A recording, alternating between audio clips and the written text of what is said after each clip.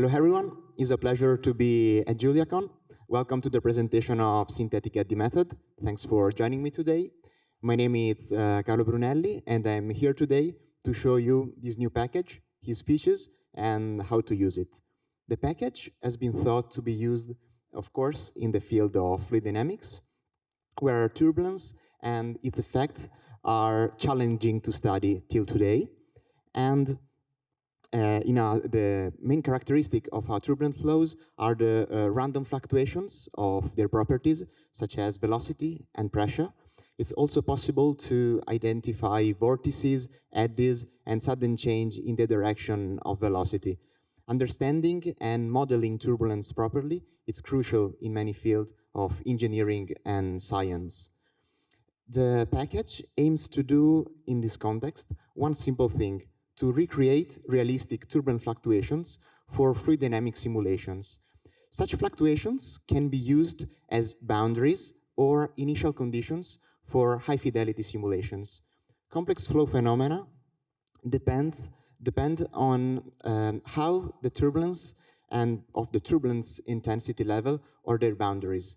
For example, for the flow over an airfoil at a low Reynolds, it's deeply influenced by the turbulence intensity, especially when we want to study transition, separation, and reattachment point. We have to proper model turbulence at the boundaries. In fact, this point can shift according to the turbulence levels. I hope this package can help researchers and engineers to have a better match with their experimental results. The features which are currently implemented are, of course, the creation of synthetic eddies.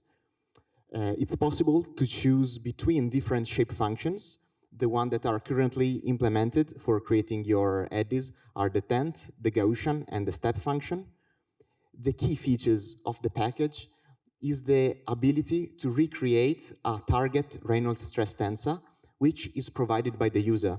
So the user, as we will see, has to provide just a Reynolds stress tensor as a matrix, and the fluctuation we will be then creating accordingly. Or the user can, for example, just specify a turbulence intensity level. Often, when studying turbulence, we are in incompressible regime, and this translates into a divergence-free constraint for velocity, and also fluctuations velocity need to respect this condition.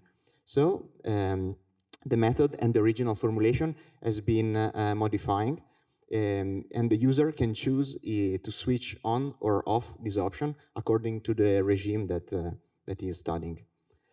Here you can see the composition of velocity, which can be seen as the sum of two different contributions: an average profile of velocity and a random, local, instantaneous fluctuation. And this last contribution is the one which the package aims to recreate using the following formulation, which is, of course, slightly modified for the incompressible constraint. The idea relies on the idea of the method relies on the creation of a what's so-called virtual box, which is a numeric artifact where eddies are randomly generated, and at every time step they are convected. Once one eddy reaches the end of the virtual box, it's automatically recreated at a random location on the other side. Fluctuations, for example, for the inlet of our computational domain, can be retrieved at any point of our virtual box. But let's see how you can use this package. Synthetic Eddy Method is a registered package, so you can use it as any other one.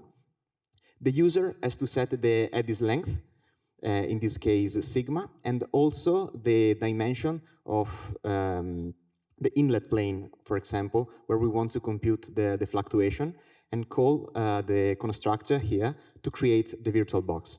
It's also possible to specify different dimensions for the eddies along the three different axes. So eddies can have a different dimension along x, y, and z. When the virtual box is created, it's also automatically computed the number of eddies. And as you can see here, by default, the shape function is the tent function. After the creation of the virtual box, the user has to set the convective velocity, and as we said before, he can specify the Reynolds stress tensor, which is a simple matrix here, and is a symmetric matrix. Or alternatively, he has the opportunity to just write the turbulence intensity. The eddies inside the virtual box needs to be initialized, and this initialization is creating eddies, which is a vector where each eddy is identified by a unique number, by its dimension along the three axes, and by a center. And this center is going to be updated at every time step. And the last properties is epsilon, which is the sign of the fluctuation, which can be 1 or -1. So the fluctuation can be added or subtracted to the mean value.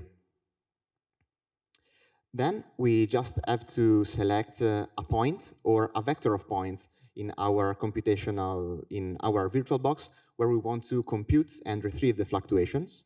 And then simply, as you can see in the example, we can compute the new velocity, which also takes into account the fluctuations, which are computed internally by the package. The properties and the features, let's say, of the package have been also statistically validated. You can see here the spectra that we obtained running the package. The spectra are the one obtained creating the fluctuations for a different turbulence intensity level. We can see that the spectra are close to the one of real turbulent flows. In fact, in the subinertial region, the slope is close to the -5/3 trend, which is a well-known trend for turbulent flows. Furthermore, increasing the turbulence intensity level is also increasing the overall turbulent kinetic energy. We can see that all the efforts of creating this package has paid off. In fact, if we compare this spectra with the one that we can obtain just using the random function for creating random fluctuation, we can see that this spectra is flat. It's far from being realistic for turbulent flows. Here, I also tested it for the ability of creating a divergence-free flow, which here you can see the normalized divergence. So it's able to create almost always a flow which is almost divergence-free. And here is just a graphic example of isovelocity contour of fluctuations, which I used as initial condition for studying the turbulent channel case. And here we are at the end. You can see just a sum up of the workflow that I suggest you to follow if you want to test and use this package. I hope this can help engineers and researchers in the field of fluid dynamics. If you have any question, please feel free to reach out. Thank you for your attention.